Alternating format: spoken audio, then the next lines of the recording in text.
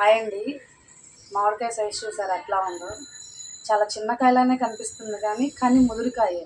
దీన్ని నాటుకాయ అంటారు. ఈ నాటుకాయతో పచ్చళ్ళు ఏ పచ్చళ్ళైనా పట్టుకోవచ్చు. ఆవకాయ పచ్చడి పట్టచ్చు, మాగాయ పట్టచ్చు. ఇంకా ఆవకాయ మాగాయ పెట్టామంటే ఏ పచ్చడికైనా పనికొస్తుంది కదా. ఇవాళ నేను మాగాయ పచ్చడి పడుతున్నాను. దాన్ని ఎలా పట్టాలి, దాని ఫస్ట్ నుంచి ప్రాసెస్ ఏంటో ఒకసారి చూపిస్తాను, చూడండి. ఫస్ట్ వీటిని తొడాలు తీసుకుందాం.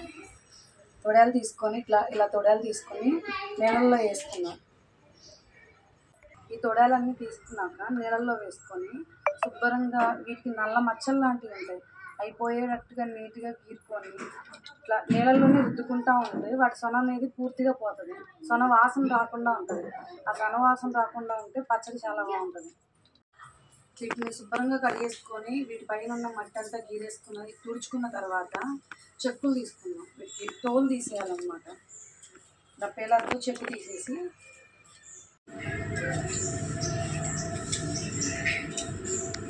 ఇలా అన్ని చెక్కులు తీసేసుకున్నాక అన్నీ కత్తిపేటతో తరిగేసుకున్నాక మొత్తం అన్ని కాయలని సన్నముక్కగా తరిగేసుకోవాలి. తరిగేసుకున్నాక దీన్ని మీ సోల అంటాం. ఈ సోలతో ఎన్ని సోళ్ళు అయితే అన్ని సోలు కొలుచుకుందాం ఒకసారి.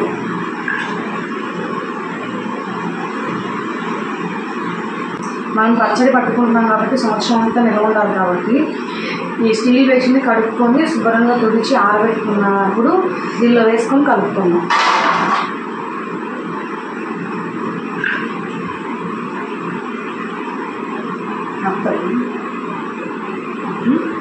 దీంతో 4 సోళ్ళు అని చెప్పాను కదా. 4 సోళ్ళు అంటే మాణిక్ వచ్చేసి పావు కేజీ ఉప్పు. పావు కేజీ అంటే మనకి దీనికి సగం అన్నమాట. దీనికి సగం ఉప్పు వేసుకోవాలి. ఎలా వేసుకోవాలో చూపిస్తాను.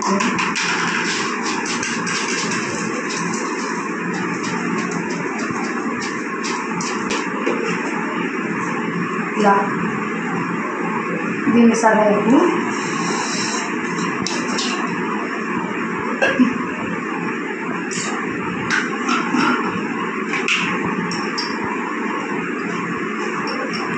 ఒక స్పూన్ పసుపు,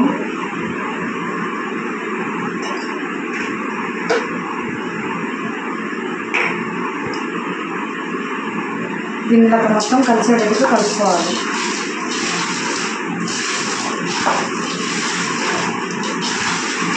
కొంచెం ముక్కని ఇట్లా నలుపుతా పెట్టుకున్నాం అనుకోండి, ఈ ముక్కల్లో ఉండే నీరు ఉప్పుకుండే వాటర్ ఇది ఉంటుంది కదా, మొత్తం కొంచెం జ్యూసీగా వచ్చే వరకు కలుపుకోవాలి.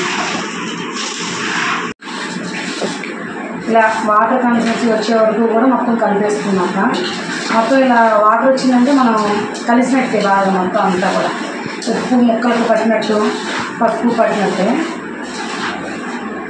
ఇప్పుడు డబ్బాలో వేసేసాము.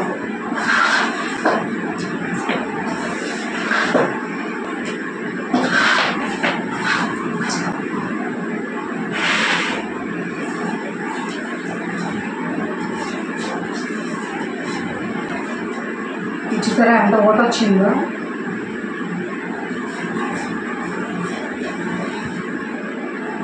ఇలా చక్కగా కలుపుకొని మంచి డబ్బాలోకి తీసేసుకున్నాక మూత పెట్టేసి 3 రోజులు ఉంచామనుకోండి.